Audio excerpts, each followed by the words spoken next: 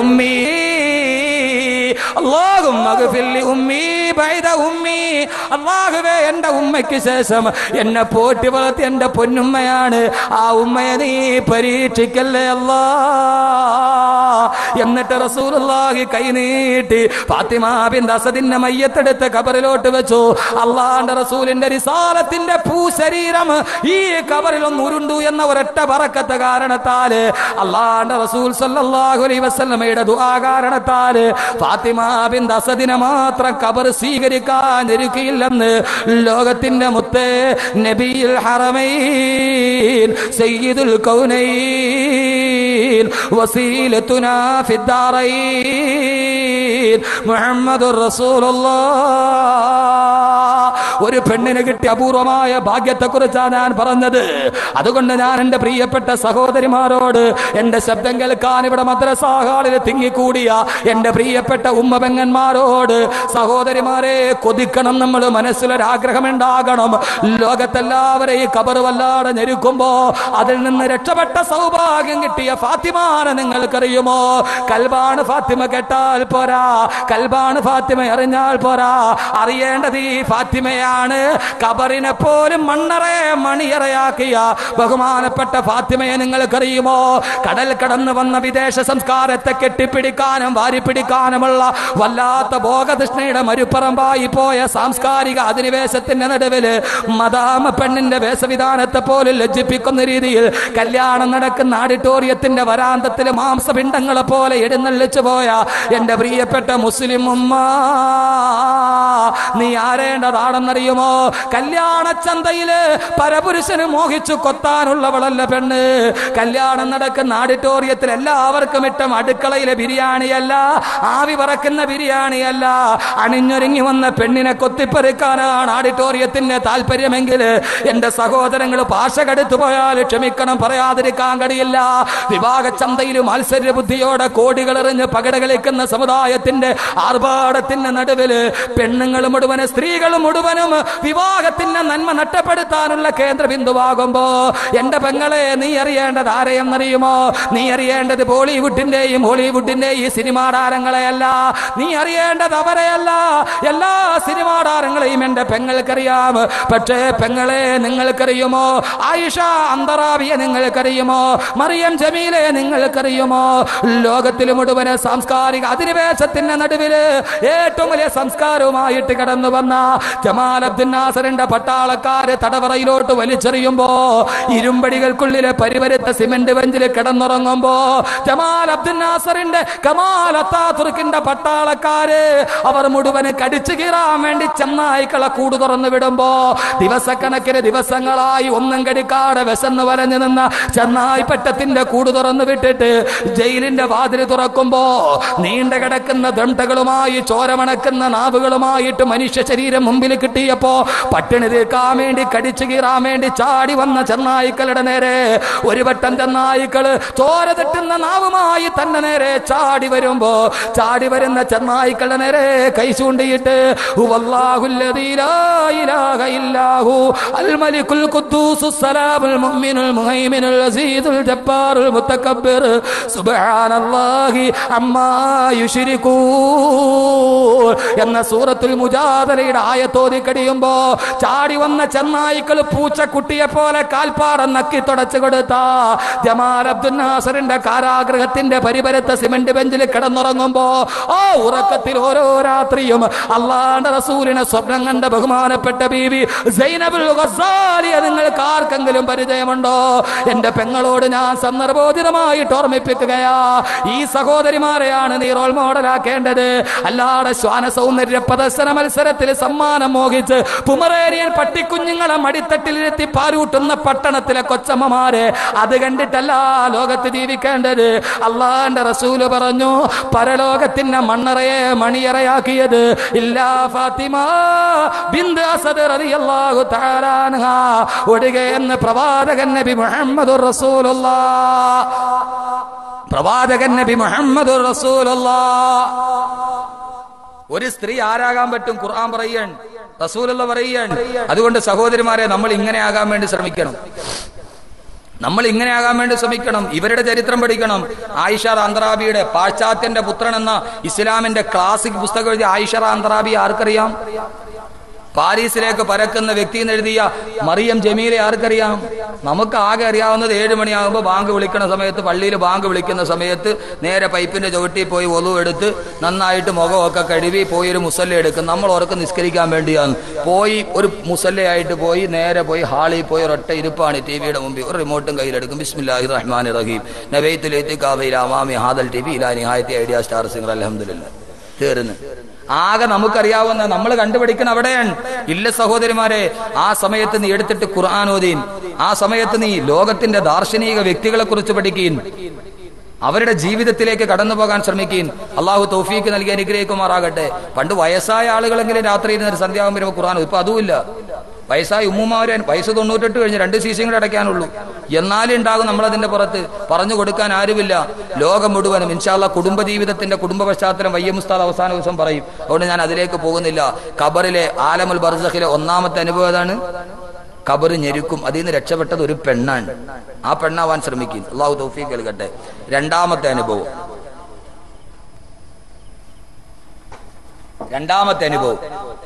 ഇത് സംശയിക്കാതിരിക്കാൻ, ഇനി പറയണ സംശയിക്കാതിരിക്കാൻ വേണ്ടിയാണ് ഞാൻ ബർമുഡ ട്രയാങ്കിൾ സർവ്വതും പറഞ്ഞത്. 2ാമത്തെ അനുഭവം നമുക്കറിയാം.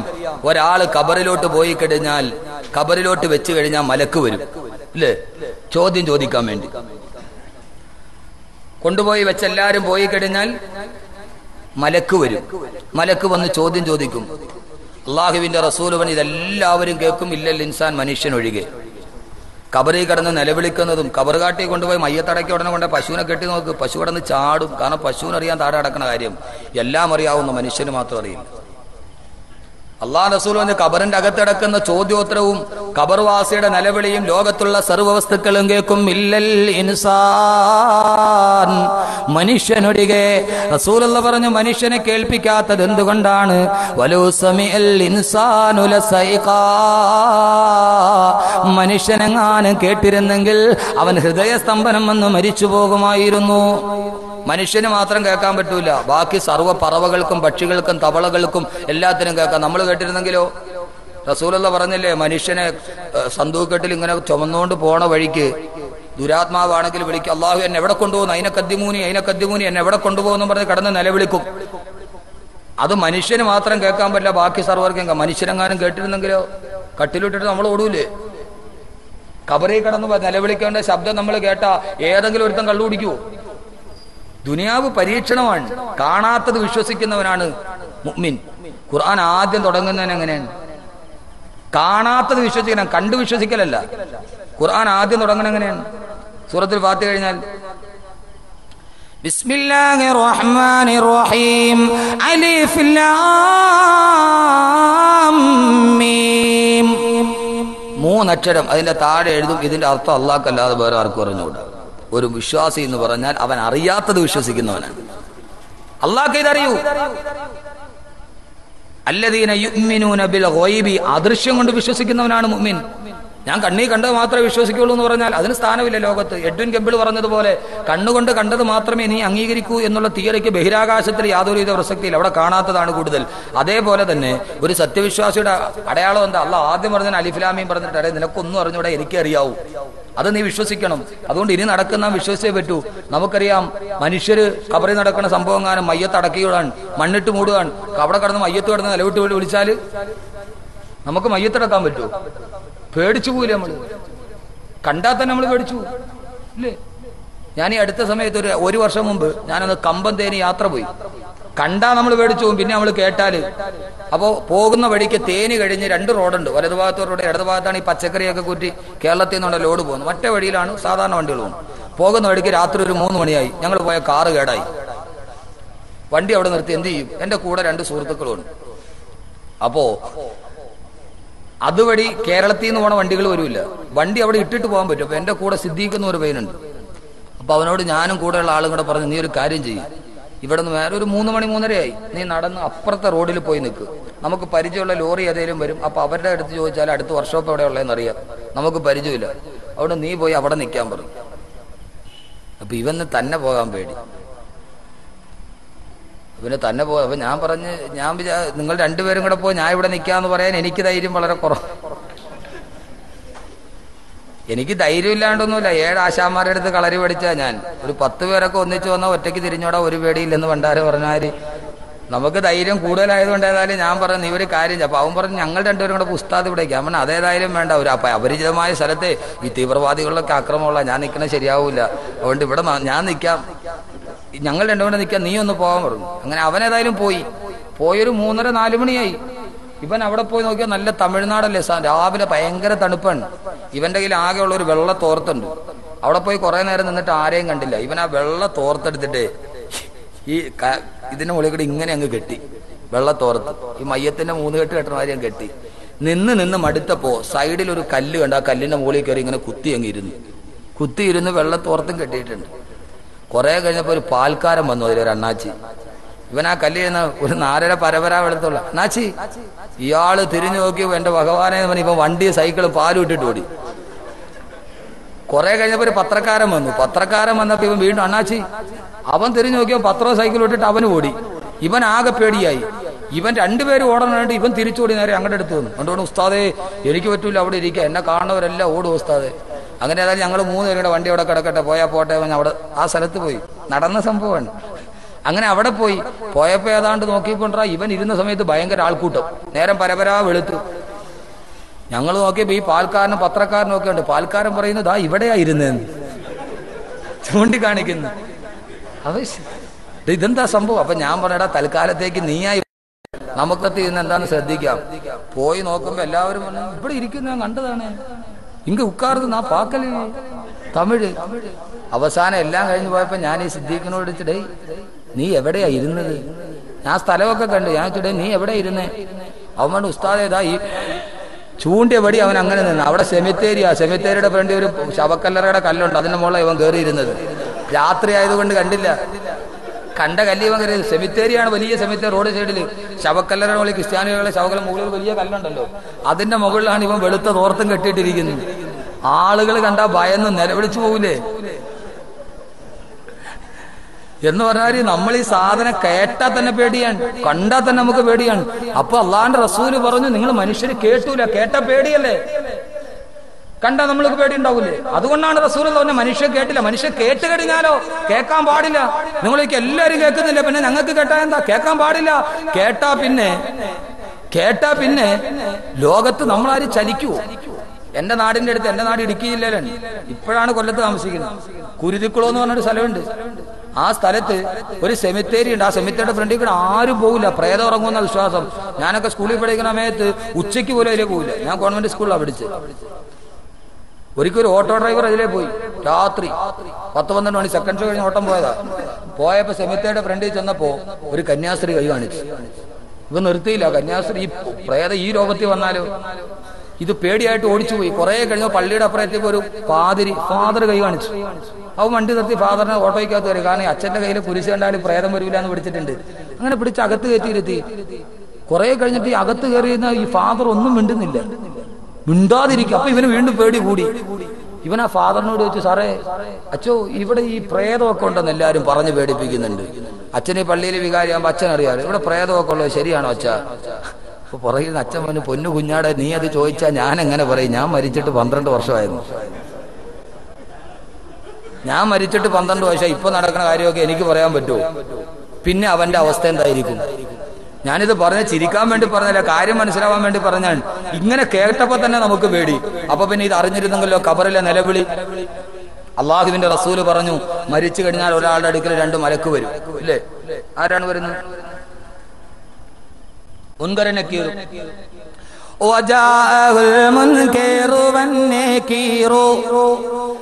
മുൻകരൻ നക്കീറും വരും ചോദ്യം ചോദിക്കുന്നതിന് മുമ്പ്. അള്ളാന്റെ റസൂല് പറയുന്നു, ഇമാം അഹ്മദ് ഉദ്ധരിക്കുന്ന സഹീഹായ ഹദീസാണ്, മുൻകരൻ നക്കീറും വരുന്നതിന് മുമ്പേ ഖബറിലേക്കൊരു മലക്ക് കടന്നു വരും. ആ മലക്കിന്റെ പേര് ഇസ്മുഹു റൗമാൻ. ആ മലക്കിന്റെ പേര് റൗമാൻ എന്നാണ്. മുൻകരൻ നക്കീറും വരുന്നതിന് മുമ്പേ ഖബറിലേക്കൊരു മലക്ക് വരും. മയ്യത്ത് കൊണ്ടുപോയി വെച്ച് കഴിഞ്ഞാൽ ആ മലക്കിന്റെ പേര് ഇസ്മുഹു റൗമാൻ. ആ മലക്കിന്റെ പേര് റൗമാൻ എന്നാണ്. റൗമാൻ എന്ന മലക്കിന്റെ ജോലി എന്താണെന്നറിയോ? ഒരു വല്ലാത്ത ജോലി കബറിൽ ഇരുത്തിക്കൊണ്ട് റൗമാൻ ചെയ്യിപ്പിക്കുമത്രേ. ഞാൻ ഈ പറയാൻ പോകുന്നത് അന്യഗ്രഹത്തിൽ വന്ന ജീവികളുടെ കഥയല്ല, എന്റെയും നിങ്ങളുടെയും കഥയാണ് ഈ പറയുന്നത്. റൗമാൻ എന്ന മലക്ക് കബറിലോട്ട് വന്നു കഴിഞ്ഞാൽ കബറിൽ കിടക്കുന്ന ആളുടെ അടുക്കൽ വന്നിട്ട് റൗമാൻ പറയും, എഴുന്നേക്കടോ. കബറിൽ വെച്ച മയ്യത്തിനോട് പറയും, എഴുന്നേക്കടാ. കബറിൽ കിടക്കുന്ന മയ്യത്ത് ചാടി എഴുന്നേക്കുമ്പോ കബറിലുണ്ടാകുന്ന ആലമുൽ ബർസഖിലെ രണ്ടാമത്തെ അനുഭവമാണ്. കബറിൽ കിടക്കുന്ന മലക്ക് പറയും ചാടി എഴുന്നേക്കാൻ. കബറിൽ കിടക്കുന്ന ആള് ചാടി എഴുന്നേക്കുമ്പോ റഹ്മാൻ എന്ന മലക്ക് പറയും അത്രേ, ഉക്തുബ് അമലക, നിന്റെ ജീവിതത്തിൽ ഇതേവരെ നീ ചെയ്തതെല്ലാം ഒന്ന് എഴുതി വെക്കടാ. ജീവിതത്തിൽ ഇതേവരെ ചെയ്തതെല്ലാം ഒന്ന് എഴുതുക. ഉക്തുബ് അമലക്, നീ പ്രായപൂർത്തിയായ അന്നു മുതൽ മരിക്കുന്നത് വരെ നീ എന്തൊക്കെ നന്മയും തിന്മയും ചെയ്തിട്ടുണ്ടോ അതൊക്കെ കബറിലൊന്നിരുന്ന് എഴുതുക. അള്ളാഹു എല്ലാം എഴുതി വെച്ചിട്ടുണ്ട്. എന്തിനാണ് എഴുതിക്കുന്നതെന്നറിയോ? അത് നാളെയാണ് നമുക്ക് പറയുമ്പോൾ മനസ്സിലാവുക. ഇരുന്നെഴുതടോ. ആ സമയത്ത് കബറിലിരിക്കുന്ന ആള് പറയും, എങ്ങനെയാണ് ഞാൻ കബറിലിരുന്നിട്ട് എന്റെ ജീവിതത്തിന്റെ രഹസ്യ പരസ്യങ്ങൾ എഴുതുന്നത്? വലൈസ ഇന്ദീ കലമും വലാ ഖിർതാസ്, എന്റെ കയ്യിൽ എഴുതാൻ പേനയില്ല, എന്റെ കയ്യിൽ എഴുതാൻ കടലാസില്ല. കടലാസില്ലാതെ പേനയില്ലാതെ എങ്ങനെയാണ് എഴുതുന്നത്? ആ സമയത്ത് റഹ്മാൻ എന്ന മലക്കിനോട് എഴുതാ പേനയില്ലാതെ കടലാസില്ലാതെ നിലവിളിക്കുമ്പോ റഹ്മാൻ എന്ന മലക്ക് പറയും, പേനയും കടലാസും ഇല്ലെങ്കിൽ ബുദ്ധിമുട്ടണ്ട. എടോ എടോ കഫനുക കിർതാസ് വൈസ്ബഉക അഖലാം വരീഹുക മിദാദ്, നിന്റെ കഫൻ തുണി കടലാസാക്ക്, നിന്റെ കഫൻ തുണി കടലാസാക്ക്, നിന്റെ വിരലുകൾ പേനയാക്ക്, നിന്റെ ഉമിനീര് മഷിയാക്കടോ.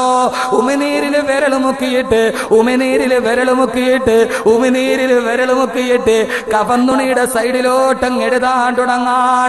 അതുകൊണ്ട് സഹോദരങ്ങളെ, മയ്യത്ത് പൊതിയുമ്പോൾ പൊതിയുന്ന വെള്ളത്തുണി അത് വെറും വെള്ളത്തുണിയല്ല, കബറിലിരുന്ന് കുത്തിയിരുന്ന് എഴുതാനുള്ള പേപ്പറാണ്.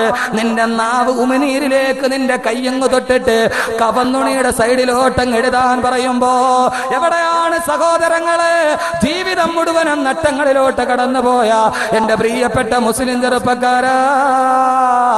കല്ലൂർ ജുമാ മസ്ജിദിന്റെ മിനാരത്തിൽ നിന്ന് മഗ്രിബിന്റെ ബാങ്ക് മുടങ്ങുമ്പോ ഒരു ടൂ വീലറും എടുത്തുകൊണ്ട് ബാർ ഹോട്ടലിന്റെ പിന്നാമ്പുറങ്ങളിൽ ചെന്ന് നേർന്ന് പിടുങ്ങുന്ന ഗ്ലാസുകളുമായി ചിയേഴ്സ് വിളിച്ചെന്റെ പ്രിയപ്പെട്ട മുസ്ലിം ചെറുപ്പക്കാരാ, കൂണ് പോലെ കുമിഞ്ഞു കൊണ്ടുന്ന ഇന്റർനെറ്റ് കഫേകളിലും സൈബർ കഫേകളിലും പാതിരാത്രിയിൽ ചെന്നിരുന്ന് ചൂണ്ടുവിരൽ.com അമർത്തുമ്പോ ലോകത്തുള്ള 140 രാട്ടങ്ങൾ ഏതൊക്കെ പെണ്ണ് തുണിയുരിഞ്ഞാടിയാലും അത് മുഴുവനും www.com ചൂടൻ വിഭവങ്ങളായി ആസ്വദിച്ചു പോകുന്ന എന്റെ പ്രിയപ്പെട്ട മുസ്ലിം ചെറുപ്പക്കാരാ, പാതിരാ സമയത്ത് രഹസ്യകാമുകനുമായി മൊബൈൽ ഫോണിന്റെ കീബോർഡിൽ ചൂണ്ടുവിരലമർത്തിയിട്ട് രാത്രികളെ പകലാക്കി മാറ്റുന്ന എന്റെ പ്രിയപ്പെട്ട പെങ്ങളെ, ഈ ചൂണ്ടുവിരൽ എന്തിനാണെന്നറിയുമോ? മൊബൈലിന്റെ കീബോർഡിൽ ഞെക്കാനല്ല, www.com വെബ്സൈറ്റിന്റെ വാതിൽ തുറക്കാനല്ല.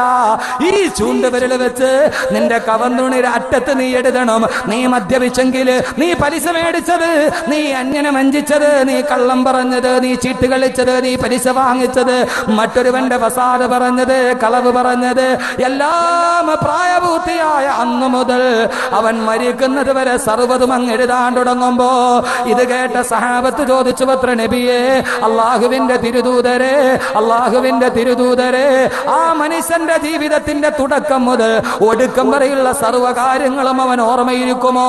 അള്ളാന്റെ റസൂല് പറഞ്ഞു, അതേ യൗമിൻ വാഹിദിൻ, ഒരൊറ്റ ദിവസം അവന് സംഭവിച്ചതുപോലെ ഓർമ്മയിരിക്കുമെന്ന് നബി മുഹമ്മദ് റസൂലുള്ളാഹ്. നാലാമത്തെ ജീവിതത്തിന്റെ അവസ്ഥയാണിത്. ഒന്ന് സഹോദരങ്ങളെ ഓർത്തു നോക്ക്, ആ സമയത്ത് നമ്മുടെ അവസ്ഥ എന്താ? പാതിരാവിന്റെ നിശബ്ദതയിൽ ചെയ്തതുപോലും കഫന്തുണിയിൽ എഴുതി വെക്കണം. അവസാനം എല്ലാം എഴുതി തീരുമ്പോ പരീക്ഷ കഴിഞ്ഞ് പേപ്പർ വാങ്ങിക്കുന്നത് പോലെ റഹ്മാൻ എന്ന മലക്ക പേപ്പറിങ് വാങ്ങിക്കും, കഫന്തുണി അങ്ങ് കീറി മേടിക്കും. എന്നിട്ട് എന്ത് ചെയ്തെന്നറിയുമോ? ആ എഴുതിയ മനുഷ്യന്റെ കഴുത്തിലേക്ക് ആ പേപ്പർ കെട്ടിത്തൂക്കിയിടുമത്രേ.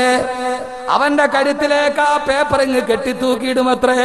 ഇത്രയും പറഞ്ഞിട്ട് റസൂലുള്ളാഹി സ്വല്ലല്ലാഹു അലൈഹി വസല്ലം അത്ഭുതത്തോടെ നോക്കുന്ന സഹാബത്തിന്റെ മുമ്പിൽ തെളിവായിട്ട് ഈ ഖുർആന്റെ ആയത്തോതി. സുമ്മ തലാ ഹാദിഹിൽ ആയ, അല്ലാഹുവിന്റെ റസൂൽ അതിനെ തെളിവായിട്ട് ഈ ആയത്തോതി. എന്താണെന്നറിയുമോ?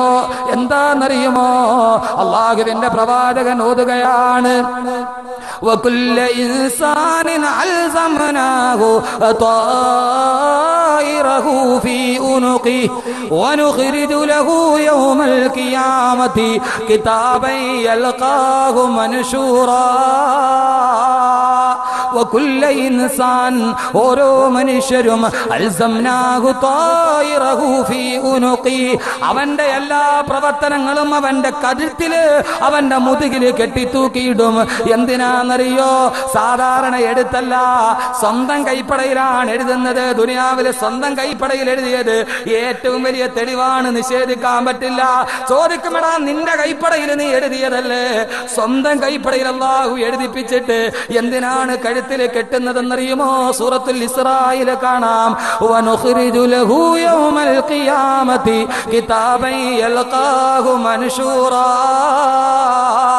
വനുഖ്രിജു ലഹു യൗമൽ ഖിയാമ. നാളെ പരലോകത്ത് അവനെ ഞാൻ എഴുന്നേൽപ്പിക്കുമ്പോ, നാളെ അഞ്ചാം ലോകത്തിൽ നാം ഇവനെ കുറിച്ച് പറയുമ്പോ അല്ലാഹു ചോദിക്കും, യൗമൽ ഖിയാമത്തി, പരലോകത്ത്, കിതാബൻ യൽഖാഹു മൻശൂറാ, സ്വന്തം വിരലുകൾ കൊണ്ടെഴുതിയ കിതാബ് അല്ലാഹു മറക്കാൻ കഴിയാത്ത രേഖയാക്കി വിചാരണ ചെയ്യുമത്രേ. അവിടെ വെച്ചിട്ട് അല്ലാഹു പറയും, ഇഖ്റഅ കിതാബക്, വായിക്കടാ നീ എഴുതിയത്, കഫാ ബിനഫ്സികൽ യൗമ അലൈക ഹസീബാ, ഇത് നിനക്ക് മറക്കാൻ കഴിയാത്ത, നിഷേധിക്കാൻ കഴിയാത്ത തെളിവാണ്. കഫാ ബിനഫ്സികൽ യൗമ അലൈക ഹസീബാ, സ്വന്തം കൈപ്പടയിൽ എഴുതിയാണ്. അല്ലാഹു നാളെ എഴുന്നേൽക്കുമ്പോ പരലോകത്ത് ഓരോ ഇങ്ങനെ കാണും കഴുത്തിൽ എഴുതിയത്, നമ്മൾ സ്വന്തം കൈപ്പടയിൽ എഴുതിയത്. എന്തിനാ? അല്ലാഹു ഒന്ന് എഴുതി വെച്ചിട്ടുണ്ട്, നമ്മൾ എഴുതിയതും അല്ലാഹു എഴുതിയതും വെച്ച് നോക്കും. ഇൻഷാ അല്ലാഹ് ആ കഥ നാളെ. അല്ലാഹു തൗഫീഖ് നൽകട്ടെ. പറയാം ഖബറിലെ രണ്ടാമത്തെ അനുഭവം. എന്തൊക്കെ എഴുതേണ്ടി വരും? ഒരു കാര്യം ഉറപ്പാണ്, സൽക്കർമ്മത്തിന്റെ കൂടെ എഴുതാം. കല്ലൂര് പള്ളിയിൽ കുഴൽ കിണർ കുടിക്കാൻ വേണ്ടി ഇത്രയും ദിവസം സദക്ക ചെയ്തത് ഓരോരുത്തർ ഇൻഷാ അല്ലാഹ് സെക്രട്ടറി എഴുതിയ പോലെ എഴുതാം. അല്ലാഹു ഇല്ലേ? തീർച്ചയായിട്ടും എഴുതാം. ഒരു സഹോദരൻ 30,000 രൂപയാണ് പറഞ്ഞത്. അള്ളാഹു അദ്ദേഹത്തിന്റെ കുടുംബത്തിൽ ഐശ്വര്യം നൽകുമാറാകട്ടെ. അങ്ങനെ ധാരാളം ആളുകൾ ഖൈറും ബറക്കത്തും പ്രദാനം ചെയ്യുമാറാകട്ടെ. ഏതായാലും ഖബറിൽ ഇരിക്കുമ്പോൾ എഴുതാം, ഞാൻ എൻ്റെ കയ്യിൽ ഒന്നുമില്ലായിരുന്നു, ഏതായാലും ഉള്ളത് ഞാൻ കൊണ്ടുപോയി അതിനകത്ത് ഭാഗഭാക്കാക്കിയിട്ടുണ്ട്. ഇൻഷാ അല്ലാഹ് നാളെ 5ാമത്തെ ദിവസമാണ്, എൻ്റെ ലാസ്റ്റ് ദിവസം. പ്രത്യേക ദുആ ഉണ്ടാവും. നാളെ വരുമ്പോൾ എല്ലാവരും അതിനൊരു സദഖ കൊണ്ടുവരും. ഏതായാലും ഖബറിലെ തുണിയിലെങ്കിലും എഴുതി വെക്കാം. അള്ളാഹു തൗഫീഖ് നൽകുമാറാകട്ടെ. 4ാമത്തെ ലോകത്തെ 2ാമത്തെ അനുഭവം. 3ാമത്തെ അനുഭവം മലക്കുകൾ വന്ന് ചോദ്യം ചോദിക്കും. പിന്നെ മുൻകർ നക്കീറും വരും. അവർ വന്ന് ചോദ്യം ചോദിക്കും. എന്തോന്ന് ചോദിക്കും? മൻ റബ്ബുക്, നിന്റെ റബ്ബാരാ? ആ സമയത്ത് മറുപടി പറയണം, അല്ലാഹു റബ്ബി എന്ന് മറുപടി പറയണം. അല്ലാഹു തൗഫീഖ് നൽകട്ടെ. ഖബറിൽ അങ്ങനെ മറുപടി പറയണം, അല്ലാഹു റബ്ബി എന്ന്. മൻ റബ്ബുക, നിന്റെ റബ്ബാരാന്ന് ചോദിക്കുമ്പോ, ഞാൻ മിനിങ്ങാന്ന് പറഞ്ഞില്ല റബ്ബാരാന്ന്, ചോദിക്കുമ്പോ അല്ലാഹു റബ്ബി എന്ന് പറയണോ വേണ്ടേ? എന്നാ ഞാൻ ഒരു നേരം ചെയ്യൂ. ഖബറി അല്ലാഹു റബ്ബി എന്ന് പറയോ? സാധാരണ തുമ്മുമ്പോ എന്ത് പറയും? കേട്ടിരിക്കുന്ന ആൾ എന്ത് പറയും? തുമ്മുമ്പോ എന്തെന്ന് പറയണം? അൽഹംദുലില്ലാ എന്ന് പറഞ്ഞു. എന്നിട്ട് അതിന് ശേഷം തുമ്മുമ്പോൾ അൽഹംദുലില്ലാ പറഞ്ഞതിന് ശേഷം എല്ലാം കഴിഞ്ഞിട്ടവൻ പറയണം, ഇന്നി ആമന്തു ബിറബ്ബികും ഫസ്മഊൻ. സൂറത്ത് യാസീനിലെ ആയത്താണ്, ഇന്നി ആമന്തു ബിറബ്ബികും ഫസ്മഊൻ. ഇന്നി ആമന്തു ബിറബ്ബികും, ഞാൻ എൻ്റെ അല്ലാഹനെ കൊണ്ട് വിശ്വസിക്കുകയാണ്. ഫസ്മഊൻ, നിങ്ങൾ കേൾക്കുന്നില്ലയോ? തുമ്മിയതിന് ശേഷം അൽഹംദുലില്ലാ പറഞ്ഞതിന് ശേഷം ഈ ആയത്ത് ആര് പതിവായി പറയുന്നുവോ അവന് നാളെ പരലോകത്തെ ഖബറിൽ വെച്ച് മലക്കുകൾ മൻ റബ്ബുക എന്ന് ചോദിക്കുമ്പോ അവൻ പറയും, ഇന്നി ആമന്തു ബിറബ്ബികും ഫസ്മഊൻ.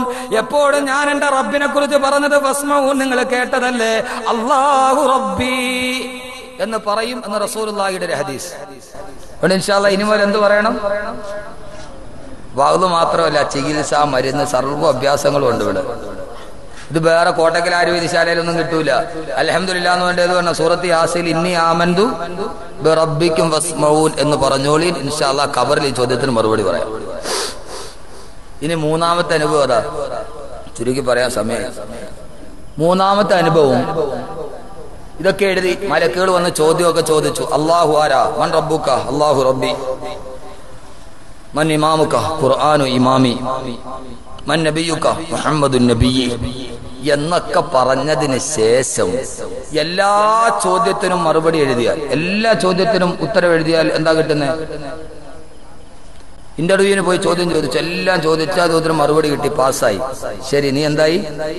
ഓക്കെ ആയി. മലക്കുകൾ ചോദിക്കണ എല്ലാ ചോദ്യത്തിനും മറുപടി പറഞ്ഞു കഴിഞ്ഞാൽ ഖബറിലെ മൂന്നാമത്തെ അനുഭവം മലക്കുകൾ പറയും,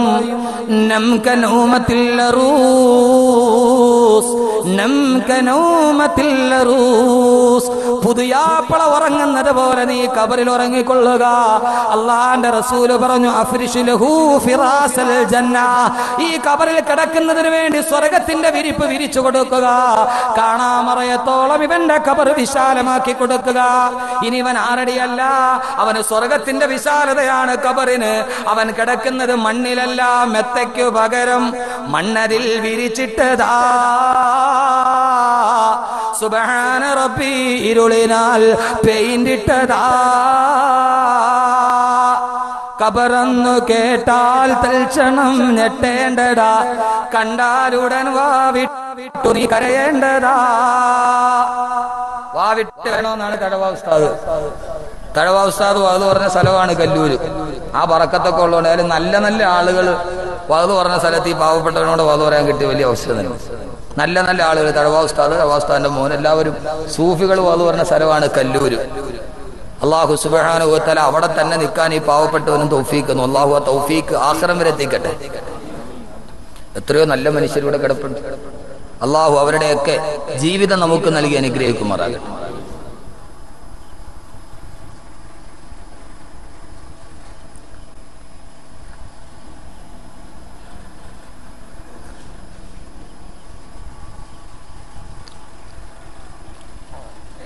ഖബറെന്ന് കേട്ടാൽ തഴവാസ നിമിഷ കവിയായിരുന്നു. ഇത് കൂടുതൽ എഴുതാൻ വലിയ സമയമൊന്നും വേണ്ട, അങ്ങ് വരികയാണ് കവിത.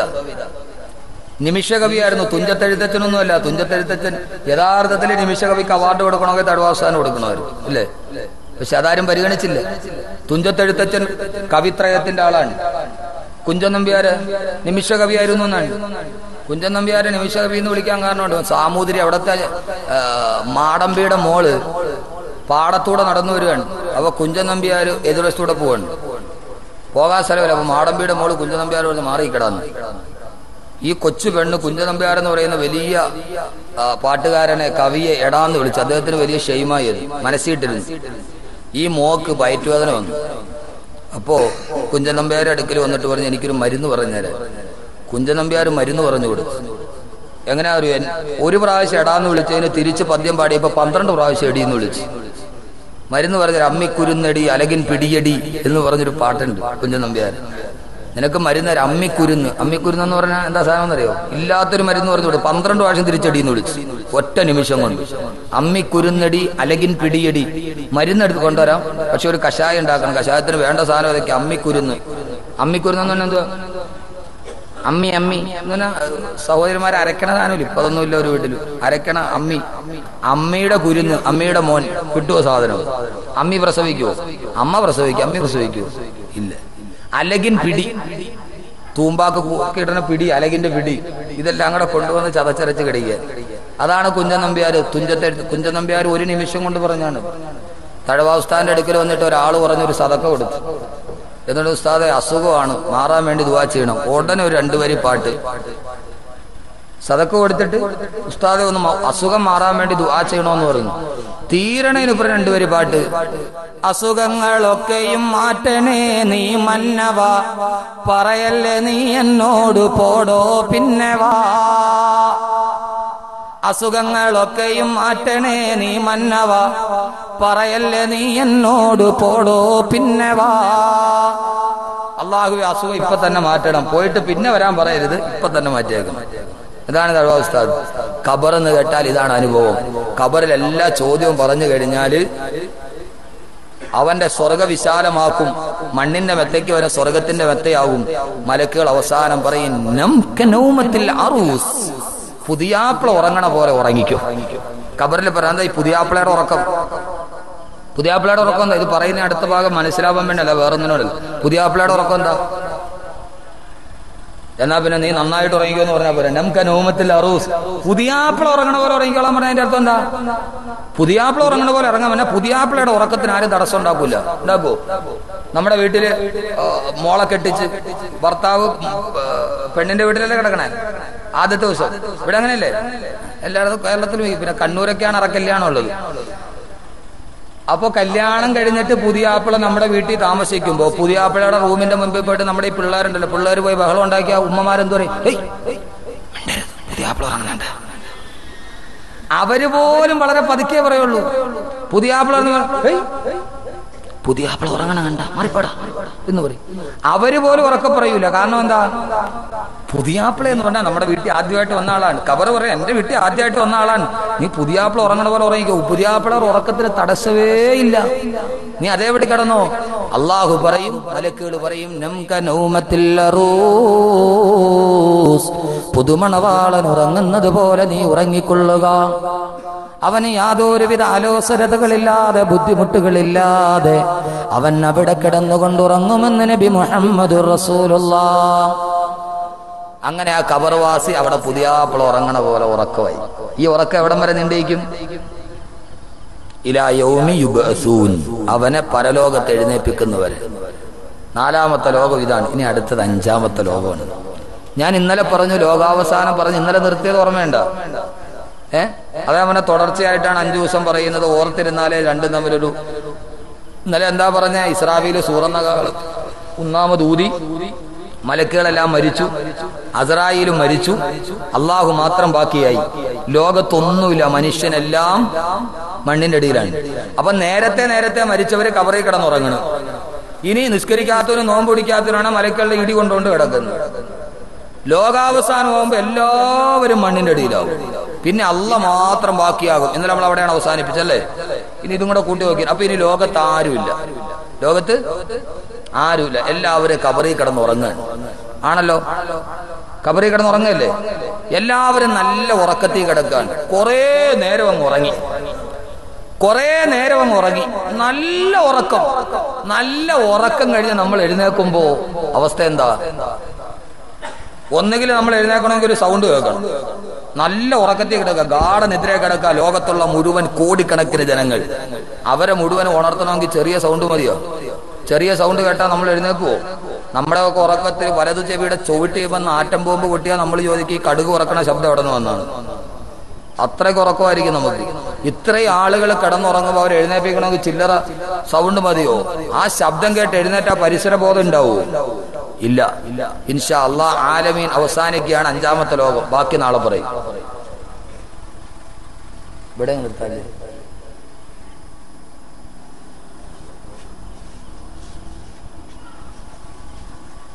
അവര് ഖബറിൽ കിടന്നുറങ്ങട്ടെ, നമുക്കും പോയി കിടന്നുറങ്ങിയിട്ട് ഇൻഷാ അല്ലാഹ് നാളെ വരാം.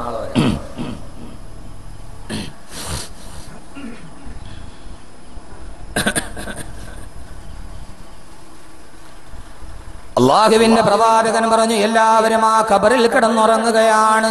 എല്ലാവരും ഉറങ്ങിക്കഴിയുമ്പോ അല്ലാഹു സുബ്ഹാനഹു വ തആല അവൻ തീരുമാനിച്ച സമയമെത്തുമ്പോൾ ഇസ്രാഫീലിനോട് അല്ലാഹു പറയും, ഇസ്രാഫീലെ സൂറന്ന കാഹളത്തിൽ രണ്ടാമതൂതുക.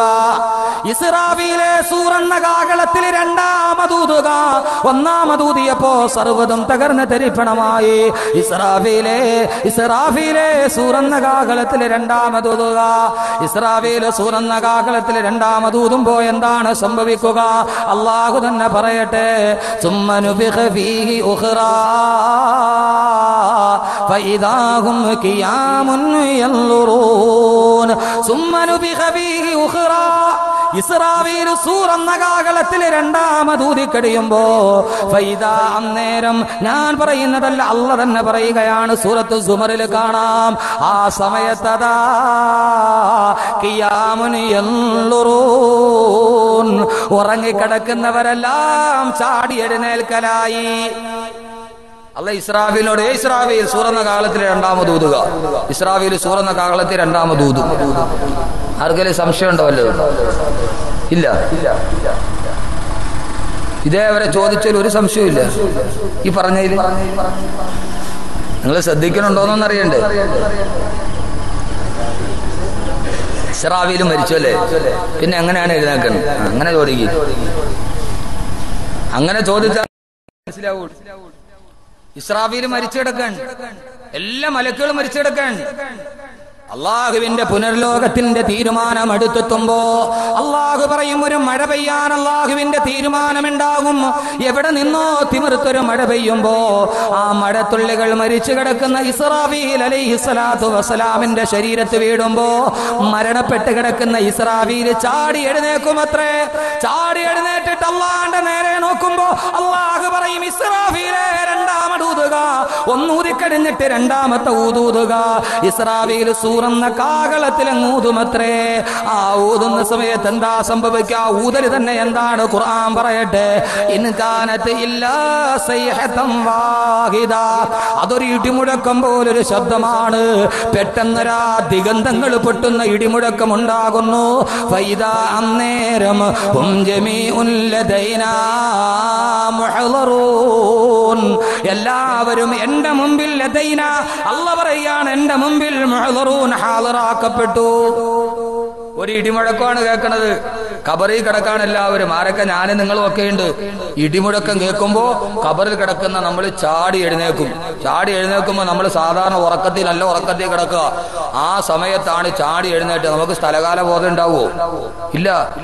നല്ല ഉറക്കത്തിൽ എഴുന്നേക്കുമ്പോ ചിലപ്പോ ചില മോദിമാര് പോയി 2 മണിക്ക് അസറിന്റെ ബാങ്ക് വിളിച്ചു കളയും. ഉച്ചയ്ക്ക് ചോറിനിട്ട് നന്നായിട്ട് കിടന്നുറങ്ങിപ്പോയി. ചാടി എഴുന്നേറ്റ് നോക്കുമ്പോൾ 2 മണിയാണോ 4 മണിയാണോ എന്ന് അറിയില്ല. ഏതായാലും ശരി അല്ലാഹു അക്ബർ ബാങ്ക് വിളിച്ചോളി.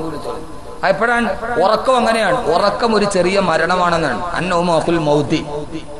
ചാടി എഴുന്നേക്കുമ്പോൾ നമുക്ക് സ്ഥലകാല ബോധം ഉണ്ടാവില്ല. നമ്മളിങ്ങനെ എന്തൊരു ശബ്ദം കേട്ടല്ല, ആരാ എന്റെ ഉറക്കം തടസ്സപ്പെടുത്തിയത് എന്ന് നമുക്കൊരു സ്ഥലകാല ബോധം ഉണ്ടാവില്ല. ഞാൻ എവിടെയാ നിൽക്കണേ? കിടന്നെടുത്ത് തന്നെയാണോ ഞാൻ എഴുന്നേറ്റത്? രാവിലെ വീട്ടിൽ കിടന്നെടുത്ത് തന്നെയാണോ ഞാൻ എഴുന്നേറ്റത്? ഒരു സ്ഥലകാല ബോധം ഉണ്ടാവില്ല. അങ്ങനെയല്ല അവസ്ഥ. ഖബറിൽ നിന്ന് എഴുന്നേൽക്കുന്ന മനുഷ്യന്റെ അവസ്ഥ ഇങ്ങനെയാ. ഖുർആൻ അല്ലാഹുവിന്റെ ഖുർആൻ പറയുന്നു വനുഫിഖ ഫിസ്സൂരി ഫൈദാഹും മിനൽ അജ്ദാഥി ഇലാ റബ്ബിഹിം യൻസിലൂൻ.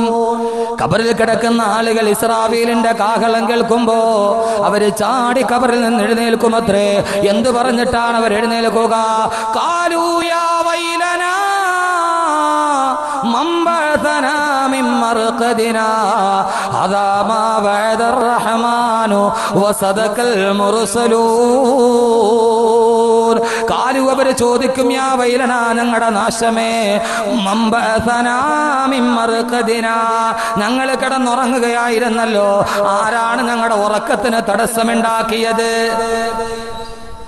ആരാണ് ഞങ്ങളുടെ ഉറക്കം കെടുത്തിയത്? ആരാണ് ഇവിടെ ഒരു ശബ്ദമുണ്ടാക്കിയത്? ആ സമയത്ത് ഇവര് ചാടി എഴുന്നേൽക്കുമ്പോ ചുറ്റും നിൽക്കുന്ന മലക്കുകളാണ് ചുറ്റും നിൽക്കുന്നത്. അവര് വിളിച്ചു പറയും, ഉറക്കത്തിൽ എഴുന്നേറ്റ് സ്ഥലകാല ബോധമില്ലാതെ എവിടെയാണെന്ന് പരിഭ്രാന്തിയോടെ നിൽക്കുമ്പോ അവര് വിളിച്ചു പറയും, ഭയക്കണ്ട, ഹദാമാ വഅദർ റഹ്മാനു വസദഖൽ മുർസലൂൻ. ഇത് അല്ലാഹു നിങ്ങളോട് മുന്നറിയിപ്പ് നൽകിയ, അവന്റെ പ്രവാചകന്മാരെ സത്യപ്പെടുത്തിയ പരലോകത്തിന്റെ തുടക്കമാണിത്. ആ ഖബറിൽ നിന്ന് എഴുന്നേൽക്കുന്നതാണ് 5ാമത്തെ ലോകം. അലാലമീൻ, ആലമുൽ മഹ്ശർ തുടങ്ങുകയാണ്. സുഹൃത്തുക്കളെ, വരുന്നുണ്ട് ദിവസം മഹ്ശറ, അകത്തുള്ളതെല്ലാം അന്ന് തള്ളും മഖ്ബറ. ആ ഉറക്കത്തിൽ നിന്ന് ചാടി എഴുന്നേൽക്കുന്ന ദിവസം പിന്നീട് സൂര്യനെ കാണാനില്ല. അവിടെ നാം കാണുന്ന സൂര്യനില്ല, ഭൂമിയില്ല, ഒന്നുമില്ല. ഒരു ചാൺമുകളിൽ സൂര്യൻ ഉദിച്ചു നിൽക്കുകയാണ്, ചെമ്പിന്റെ തറയിൽ നിൽക്കുകയാണ്, മലക്കുകൾ വട്ടം കൂടി നിൽക്കുകയാണ്. കൈ പിടിച്ചുകൊണ്ട് ചോദിക്കും, അല്ലാഹുവേ മമ്പസനാ മിൻ മർകദിനാ, ഞങ്ങളെ ആരാണ് അല്ലാഹുവേ ഈ ലോകത്തേക്ക് എഴുന്നേൽപ്പിച്ചത്? ഞങ്ങൾ ഖബറിൽ കിടന്നുറങ്ങുകയായിരുന്നുവല്ലോ. മലക്കുകൾ പറയും, ഹദാമാ ബഅദർ റഹ്മാനു വസദക്കൽ മുർസലൂൻ. പല പ്രാവശ്യം ആവർത്തിച്ച് ഓർമ്മപ്പെടുത്തിയ മഹിഷറിന്റെ പരലോകത്തിന്റെ തുടക്കമാണിത്. ഞാൻ നിങ്ങളും ഉറക്കത്തിൽ നിന്ന് ചാടി എഴുന്നേറ്റ് നിൽക്കുകയാണ്. എവിടെ? പരലോകത്തിന്റെ പരിഭ്രാന്തിയുടെ നടുവിൽ, പരലോകത്തിന്റെ പരിഭ്രാന്തിയുടെ നടുവിൽ, പരലോകത്തിന്റെ പരിഭ്രാന്തിയുടെ നടുവിൽ. സഹോദരങ്ങളെ, നമ്മുടെ യാത്ര അവസാനിക്കുന്ന 5-ാം ഘട്ടമാണ്. ഉമ്മാന്റെ ഗർഭാശയത്തിൽ നിന്ന് യാത്ര തുടങ്ങുമ്പോ ആ യാത്ര പോയി അവസാനിക്കുമ്പോൾ കയ്യിൽ എന്തെങ്കിലും വേണ്ടേ? നാളെ പരലോകത്ത് ചെന്ന് നിൽക്കുമ്പോ പാതിവടിയിൽ പാതയെ നഷ്ടപ്പെട്ടു പോയ പതികനെ പോലെ പരലോകത്ത് പരിഭ്രാന്തിയോടെ പതറേണ്ട പതിതരല്ല നാം. ആ പതിതനായിട്ടലഞ്ഞാൽ പതികന്റെ കയ്യിൽ എന്താണുള്ളത്? അതുകൊണ്ട് പരലോകത്തോട്ട് കടന്നു ചെല്ലുമ്പോ വല്ലാത്ത യാത്രയാണിത്, വല്ലാത്ത യാത്രയാണ്.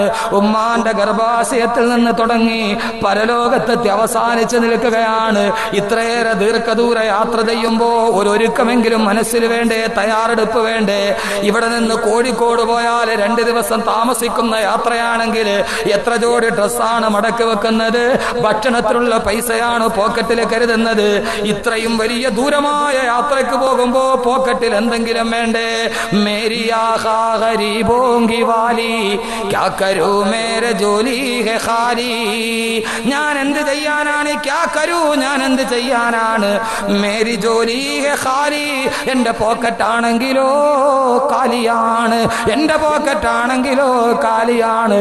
അതുകൊണ്ട് കാലിയായ പോക്കറ്റുമായി പരലോകത്തേക്ക് പോകരുതേ, അള്ളാന്റെ മുമ്പിലോട്ട് പോകരുതേ.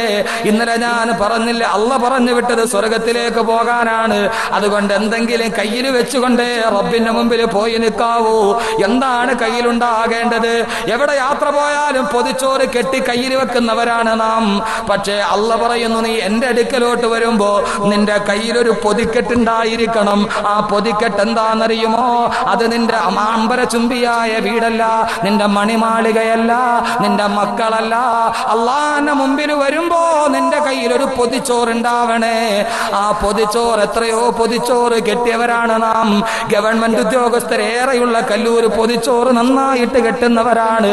രാവിലെ പോകാൻ നേരത്ത് പൊതിച്ചോറ് കെട്ടുമ്പോ കല്ലൂര് നിവാസികളോട് ഞാൻ ഓർമ്മിപ്പിക്കുന്നു, നിങ്ങളുടെ മരണസമയത്തൊരു പൊതിച്ചോറ് കയ്യിലുണ്ടാവണം. ആ പൊതിക്കെട്ട് ഏതാണെന്നറിയുമോ? അള്ള തന്നെ പറയുകയാണ്, നിങ്ങളുടെ കയ്യിലൊരു ഭക്ഷണപ്പൊതി ഉണ്ടാവണേ. ഏറ്റവും നല്ല പൊതിക്കെട്ട് ഏതാണെന്നറിയോ? ഫഇന്ന ഖൈറസ്സാദി തഖ്വാ, ഫഇന്ന ഖൈറസ്സാദി തഖ്വാ. തഖ്വയാണ് നിങ്ങളുടെ ഏറ്റവും വലിയ ഭക്ഷണപ്പൊതി. അതുകൊണ്ട് തഖ്വയോടെ ജീവിക്കണേ, തഖ്വയോടെ മുത്തക്കിയായിട്ട് അള്ളാന്റെ മുമ്പിൽ ചെല്ലണേ. തഖ്വ എന്ന് പറഞ്ഞാൽ എന്താണ്? ഒറ്റ വാക്കിൽ പറഞ്ഞാൽ, ഉമർ റളിയല്ലാഹു അൻഹു ഉബയ്യ് ഇബ്നു കഅബ് റളിയല്ലാഹു അൻഹുവിനോട് ചോദിച്ചു, ഉബയ്യേ തഖ്വ എന്ന് പറഞ്ഞാൽ എന്താണ്?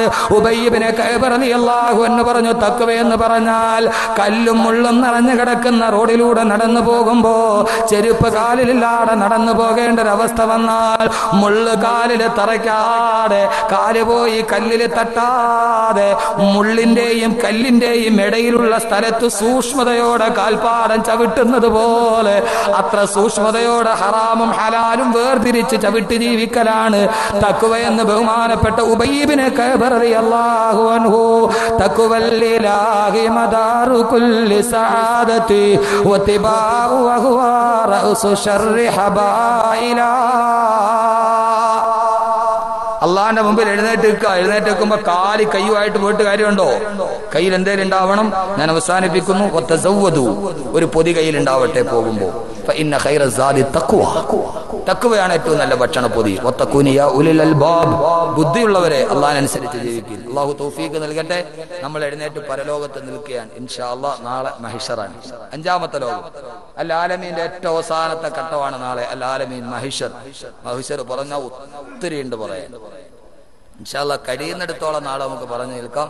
അള്ളാഹു തൗഫീഖ് നൽകി അനുഗ്രഹിക്കുമാറാകട്ടെ. എല്ലാവരും ഇരിക്കും. സെക്രട്ടറി ലിസ്റ്റ് ഒന്ന് വായിച്ചതിന് ശേഷം ദുആ ചെയ്ത് നമുക്ക് എല്ലാവർക്കും റാഹത്തായിട്ട് പിരിയാം.